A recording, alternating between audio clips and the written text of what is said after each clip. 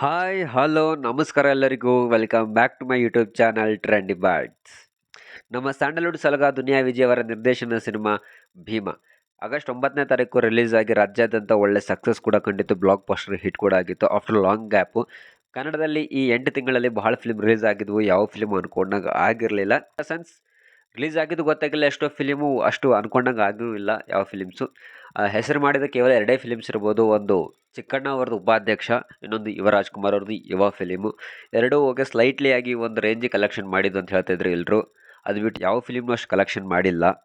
ಹಾಗೆ ಸ್ವಲ್ಪ ಫಿಲಿಮ್ಗಳ ಹೆಸರು ಕೂಡ ಮಾಡಿದೆ, ಆದರೆ ಕಲೆಕ್ಷನಲ್ಲಿ ಎಡವಿದೆ ಅಂತ ಹೇಳ್ಬೋದು. ಆದರೆ ನಮ್ಮ ಭೀಮಾ ಚಿತ್ರ ರಿಲೀಸ್ ಆದಮೇಲೆ ಒಂದು ಕಮ್ಬ್ಯಾಕ್ ಅಂತ ಅನ್ಬೋದು ಸ್ಯಾಂಡಲ್ವುಡ್ಗೆ. ಭಾಳ ಜನ ಅನ್ಕೊಂಡಿದ್ರು ಭೀಮಾನ್ಗೂ ಥಿಯೇಟ್ರಿಗೆ ಜನ ಬರಲ್ಲ ಅಂತೇಳಿ. ಅದೆಲ್ಲ ಸುಳ್ಳು ಮಾಡಿ ನಮ್ಮ ಭೀಮಾ ಫಿಲ್ಮ್ ಸಕ್ಸಸ್ ಆಗಿದೆ ಅಂತ ಹೇಳ್ಬೋದು. ಟೋಟಲ್ ಕಲೆಕ್ಷನ್ ಇಲ್ಲಿವರೆಗೂ ಸುಮಾರು 20-25 ಕೋಟಿ ಆಗಿದೆ ಅಂತ ಹೇಳ್ಬೋದು. ಒಂದು ವಾರದ ಕಲೆಕ್ಷನ್ ಅಷ್ಟೇ ಇದು.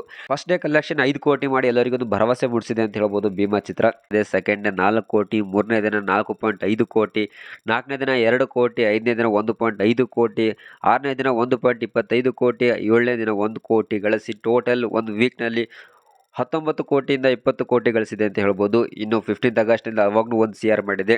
ಟೋಟಲ್ ಟಿಲ್ ಡೇಟ್ ಇವತ್ತಿನವರೆಗೂ ಅಂದರೆ ಆಗಸ್ಟ್ 18ರವರೆಗೂ, ಈ ಸಂಡೇವರೆಗೂ ಸುಮಾರು ಭೀಮಾ ಗಳಿಸಿದೆ ಎಷ್ಟಪ್ಪ ಅಂತಂದರೆ 20-25 ಕೋಟಿ ಗಳಿಸಿದೆ ಅಂತ ಹೇಳ್ಬೋದು. ಇದು ಒಂದು ಒಳ್ಳೆ ಕಲೆಕ್ಷನ್ ಅಂತ ಹೇಳ್ಬೋದು. ಯಾಕಂದ್ರೆ ಥಿಯೇಟ್ರಿಗೆ ಜನನೇ ಬರ್ತಿರಲಿಲ್ಲ ಆ ಟೈಮಿನಲ್ಲಿ.